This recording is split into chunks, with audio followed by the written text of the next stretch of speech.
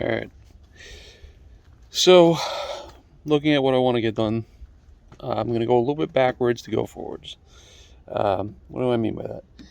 So, if you've been paying attention, watching the previous videos, you know I've got a SYE or slip yoke eliminator kit to install for the NP231 transfer case.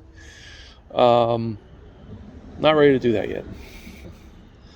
I need to take care of some other stuff. I want to get the fluids done with this thing. I want to get that antifreeze out. And right now the Jeep is up on ramps. Transmission is on a jack stand. And the skid plate is out. Now, I do have to install a replacement or repair frame sections. There's frame rot on the passenger side for sure. And we'll probably have a little bit on the driver's side that we'll just do at the same time. And obviously that skid has seen better days. It's not all that bent. There's a couple of little rolls on the edges. But it's pretty rusty. So it won't be the permanent fix. But you got to be realistic about what you got going on. I want the fluids taken care of. I don't want to keep the antifreeze in there. And I have my new trailer. I ordered a PJ Buggy B5 trailer about 8.5 weeks ago, and it is ready to go and just waiting for somebody to drive the stack of them up to the dealership that I bought it at. So I'm going to need to be able to juggle cars. I may have to move that. I haven't figured out how things are going to fit yet. So I don't necessarily want to start pulling the drivetrain apart on this thing. So I'm going to throw that thing back in. I scraped down most of the big stuff. I'll have to wait for that to dry out a little bit and sweep it up. It was pretty nasty considering all the leaks and everything. So it's still not perfect, but it's good enough to go back in. Put that back in. First, I'm going to have to put the exhaust back in. And yeah, again, it would be easier to do the transfer case, pull it out without the exhaust in. It would be easier to do some of the suspension work that's got to get done with the exhaust out. But I'm going to be putting in brand new bolts.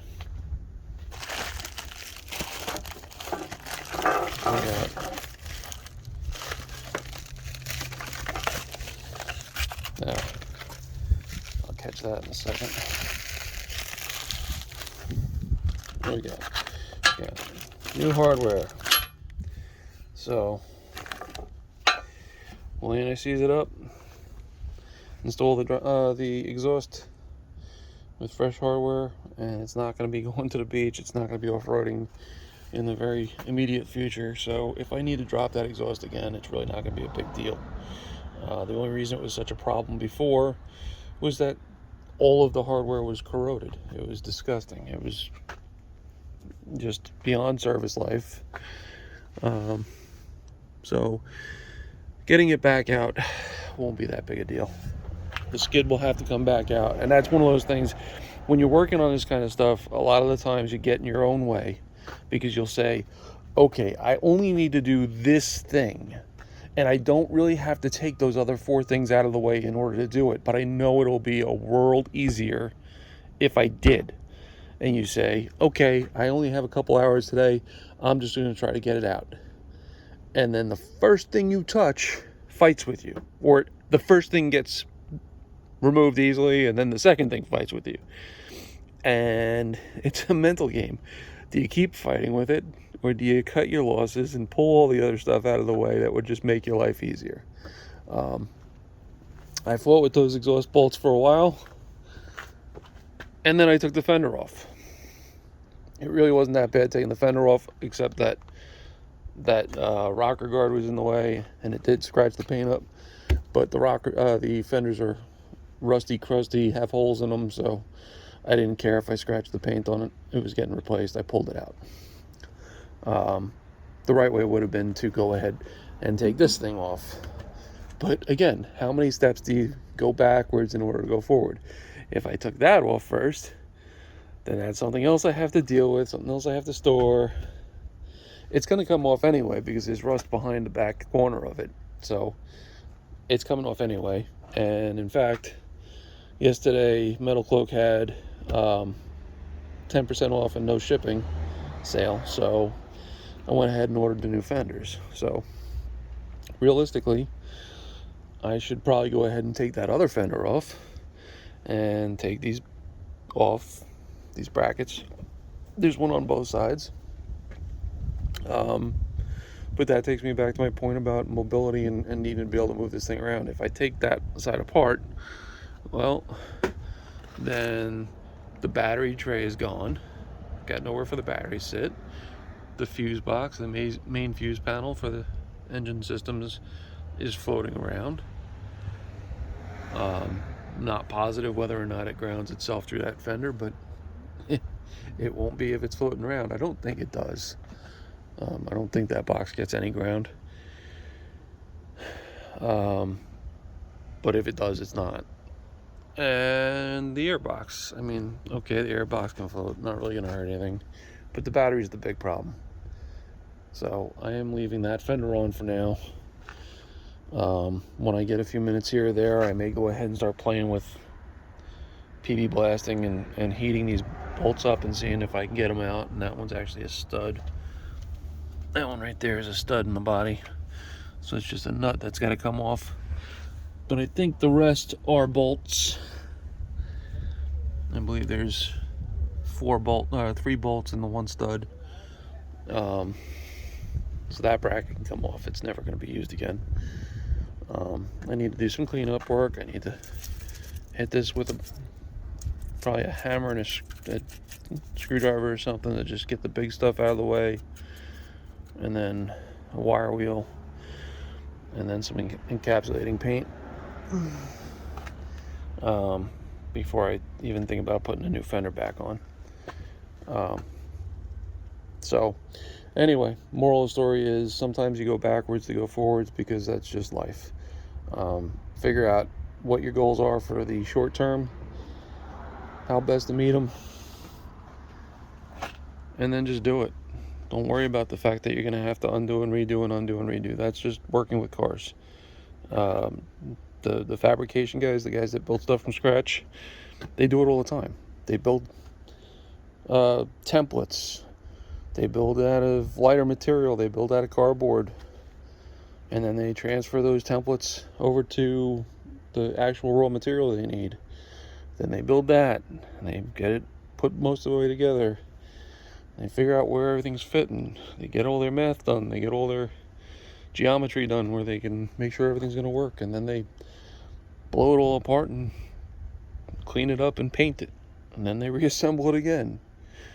And then they figure out something didn't quite work out the way they wanted to, or a part became unavailable and they have to rethink things, and it goes back and forth until it's done. So, just the way it works. Simple repairs aren't that big a deal. Replacing an alternator, you shouldn't need to do that much stuff. It just pretty much disconnect some wiring, pull a couple of bolts, pull the belt off, pull a couple of bolts back in, belt back on, wires back on, done. Recovering from rust damage like this, doing a rear main seal, modifying a transfer case, that stuff you're going to expect to have to go back and forth a little bit. So anyway, going to go ahead and get all these goodies unwrapped, get the exhaust out here, and get that reinstalled. Easy stuff. Okay, before I put this exhaust back in, I mentioned earlier that it had a couple of codes and it could just be malfunctioning O2 sensors. I don't know if those are NGK or NTK rather, but NTK is the proper factory original style O2 sensor, and these things are known to be finicky. So I'm going to go ahead and replace them. Just got to unbolt them. There's 4 of them. There's 2 of them there after the cats, our catalytic converters, and there's 2 on the exhaust manifold, which is going to be hard to see from this angle, but right back here, that's 1, and there's another one like right in there. So I'll be able to get those probably from underneath the easiest. And these obviously I have them right there. One thing to mention, there are different O2 sensors for every position. There's a different part number for every position. So you got some homework. When you order these things or buy them from the store and get home, label the boxes. Bank 1, position 1. Bank 2, position 2. Bank 1, position 1, 2. Like that way, when you get outside and you want to start working on this thing, you know exactly what you're dealing with, and it's from the front of the vehicle. So bank 1, this will be sitting, that pipe goes across the front of the engine, across the front of the oil pan hump. So this is bank 1, this is bank 2. So bank 1, position 1 is in the Jeep on that exhaust manifold. This is bank 1, position 2. That's bank 2, position 2. There it is. So easy enough to figure out. It is information publicly available all over the internet. But yeah, just get them in the right spots. Otherwise, I think the connectors may not let you plug them in. They may be keyed slightly different for each position, and actually that could probably be a good way to double check as you're working that you didn't get the wrong O2 sensor. Something else I'm seeing, if you see crud like that right on the lip trying to get inside there, go ahead and get rid of it before you start putting things back together. I do see some deterioration of the cat there. It's probably gonna be hard to see on the camera, but I'm hoping that it's healthy enough to get me some more miles. I really don't want to have to buy cats, but you gotta do what you gotta do. I live in New York State. If I want to register it and get it street drivable, it's gotta be legal. So for now, new O2 sensors. We'll put the thing back in, and we'll see if it lives to fight another day. Alright, so we got the old ones out. They came out pretty much not a big deal. This one's actually stuck in my O2 sensor socket. I'm not going to be reusing these, so I'm not too worried about banging them around a little bit. Obviously I wouldn't be doing that with the new ones.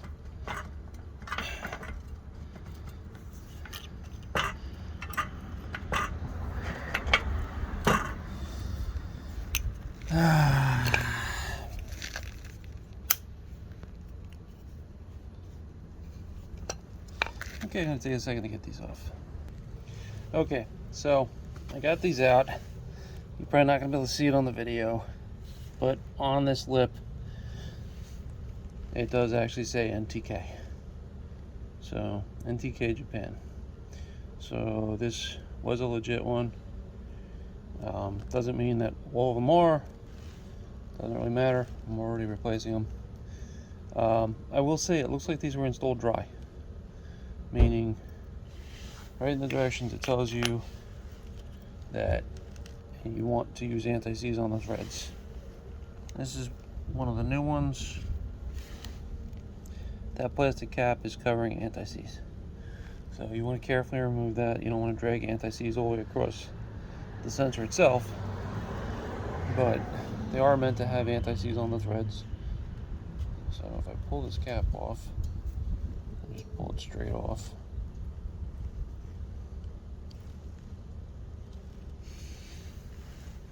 Probably see that. There's some goop on the threads. Okay, that's what you want. And it says right in the directions, if there isn't pre-installed anti-seize on the threads, to go ahead and install it. And then on these guys, it's a torque of 26 to 33 foot-pounds. So it goes right in the hole. You want to make sure you're not damaging anything doing this. And the direction specifically says hand tighten it. And then either use the foot-pounds torque, or the directions actually give finger tight and then X amount of a turn. I think it's 3/4 to 1 turn or something like that. I'm just going to go ahead and use a torque wrench and set it to 30 foot-pounds. I have the proper kind of socket here. It's got a slot in it for the wire. You wouldn't want to try to cram this thing on into a socket that didn't have a provision for that wire. So it just goes right in there like so.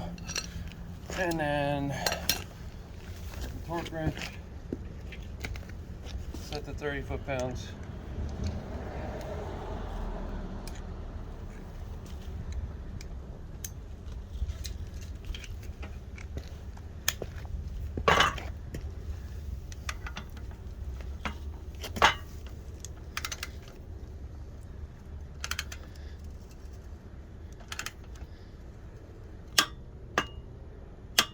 All right, 30 foot-pounds.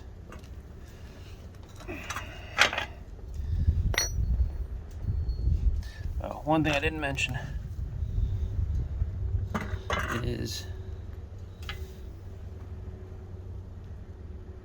these are exactly the same. So I know when this gets up under the Jeep, I will be able to plug this into the correct plug. So 1 down, 3 to go. I'm gonna get those done, come back. Just to get this on camera, the keyways are different for the different positions. So the pins are the same.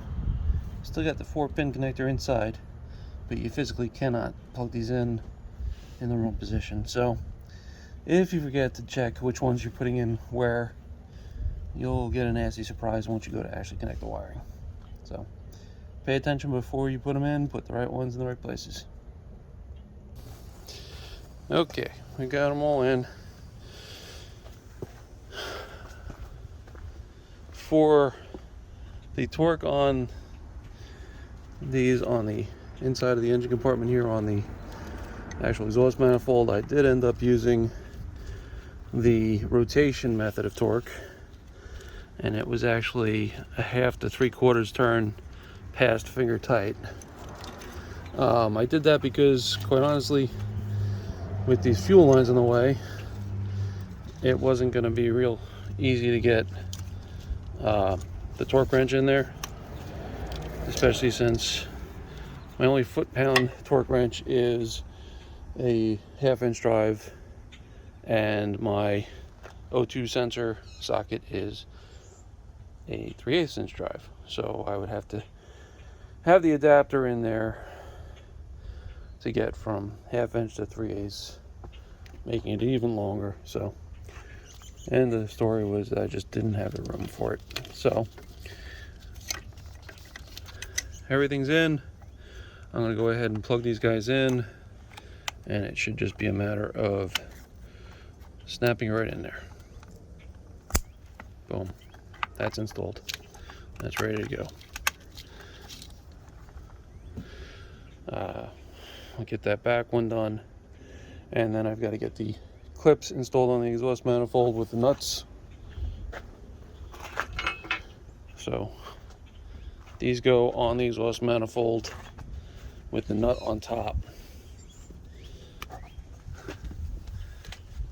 Not sure that I can do this from this angle.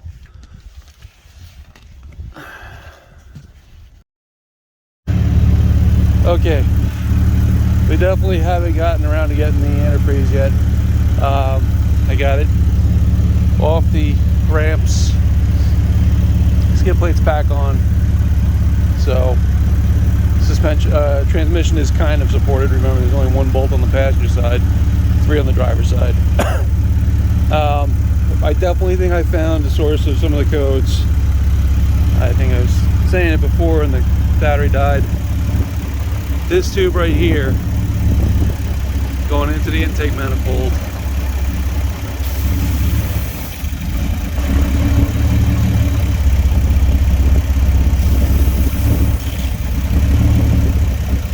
definitely leak. Definitely leaking. So massive vacuum leak right there, and that is going to cause the Jeep to run poorly. It's going to force itself to add fuel to make it run better, and it's going to throw codes to ask for help. So that's definitely the source of one of the check engine light codes, or malfunction indicator lamp is the right name for that, a mill lamp.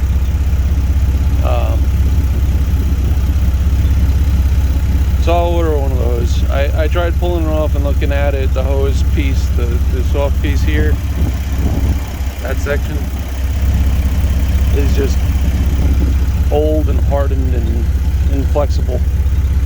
So it's just not seating well anymore, and it's letting too much air in. So we'll get that fixed. That's a perfect example though of when people get snorkel setups and they think, oh, I replaced the stock air box with a snorkel. This thing can go underwater now. There's a lot of places water can get into the engine, and if it gets into the intake and gets into the cylinders, it doesn't compress. If you overcome the cylinder volume, there's a little bit of room in there that you can get away with. But if you overcome that little bit of room and try to force the engine to compress that liquid, it's not going to happen. It's going to break parts. The engine is going to fail. So just putting a snorkel on doesn't really get you anywhere. And if you look at it, the existing intake is already higher than that manifold where that current leak is. And not for nothing, the throttle body has a shaft that goes through it for the throttle. Has a shaft that goes right through, and then on the other side it's got a sensor on it. So that's another place where water will get in. Think twice before you think you can do water crossings, guys. Okay, payoff. Quite dirty. Been a bit of a day. Could have done things faster again. As always, I'm taking my time. I'm not worried about getting this thing done as a race. The wife wants to drive it, but it's got to be right first. Starts right up. Right now, I've got good oil pressure. Comes up the temp, doesn't overheat. I do want to still do the coolant. I didn't get to it today. I ran into minor challenges, nothing crazy. And I also was just kind of messing around a little bit. So anyway, that looks great. It's just about up to temp. I'm just gonna kind of go a little bit. Got a little bit of room to play, not a whole lot. So I'm just gonna pull up alongside the ram, back into the spot once or twice. I've had to add transmission fluid a couple of times already.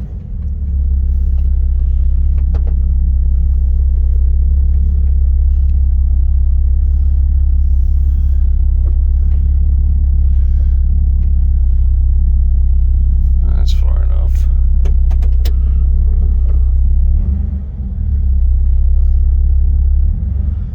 It is nice that this thing came with a aftermarket radio and backup camera. Kind of nifty.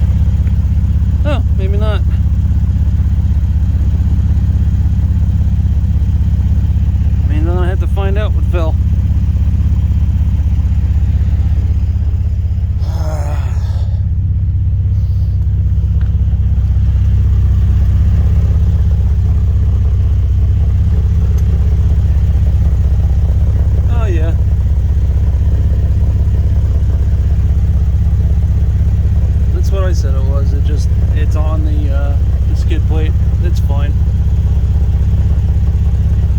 Nothing to worry about.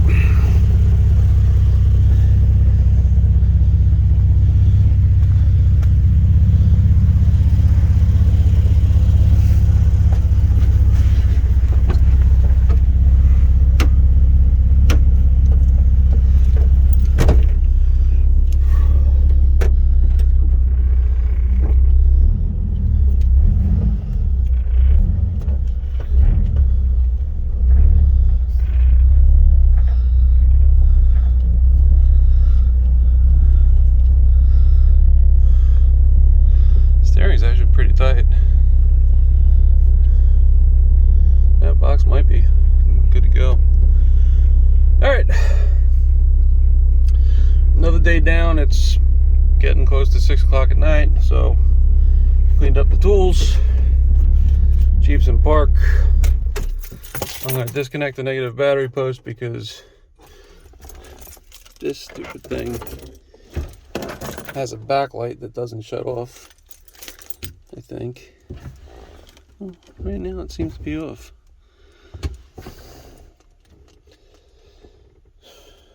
You know what? I'm going to leave it connected tonight, see what happens.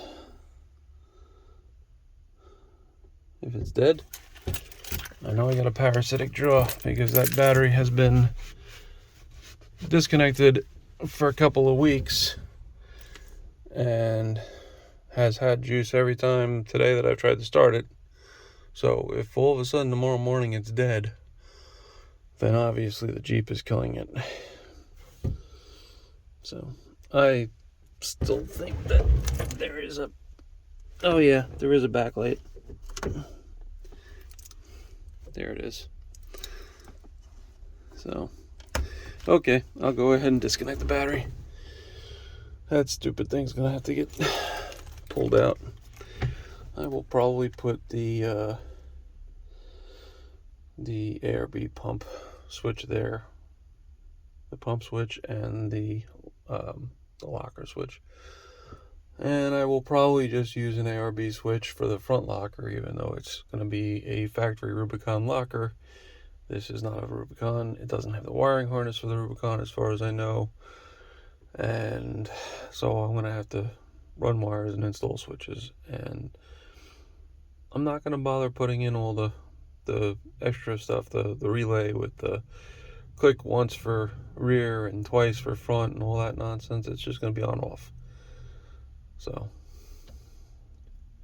I think those little pumps have it built into them that they turn off after they hit whatever it is, 3 or 4 psi. It's something really low.